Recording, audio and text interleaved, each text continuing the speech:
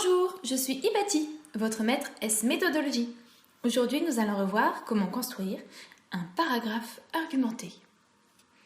Pour illustrer notre démonstration, prenons l'exemple suivant.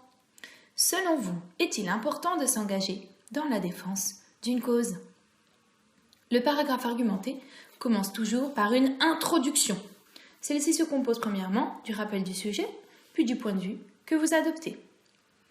Dans notre exemple, cela donne « Les philosophes des Lumières ont combattu pour la défense des droits de l'homme.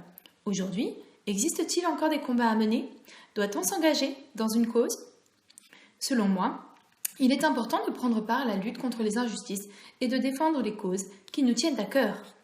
Le développement est le cœur de votre réflexion. Il est composé d'au moins 2 arguments illustrés d'exemples, articulés ensemble grâce à des connecteurs logiques. Notre premier argument est que s'engager est un devoir citoyen. Dans notre exemple, cela donne « Tout d'abord, défendre une cause, c'est participer à la vie de la société, c'est-à-dire accomplir un devoir de citoyen. Par exemple, voter, c'est s'engager pour des idées, pour défendre un idéal politique. Ensuite, etc. Enfin, etc. À la fin de votre travail, vous devez rédiger une conclusion. Celle-ci est composée de 2 parties, la synthèse de vos arguments, puis un rappel de l'opinion que vous défendez. Cela donne, dans notre exemple, défendre une cause, c'est donc arguments 1, 2 et 3.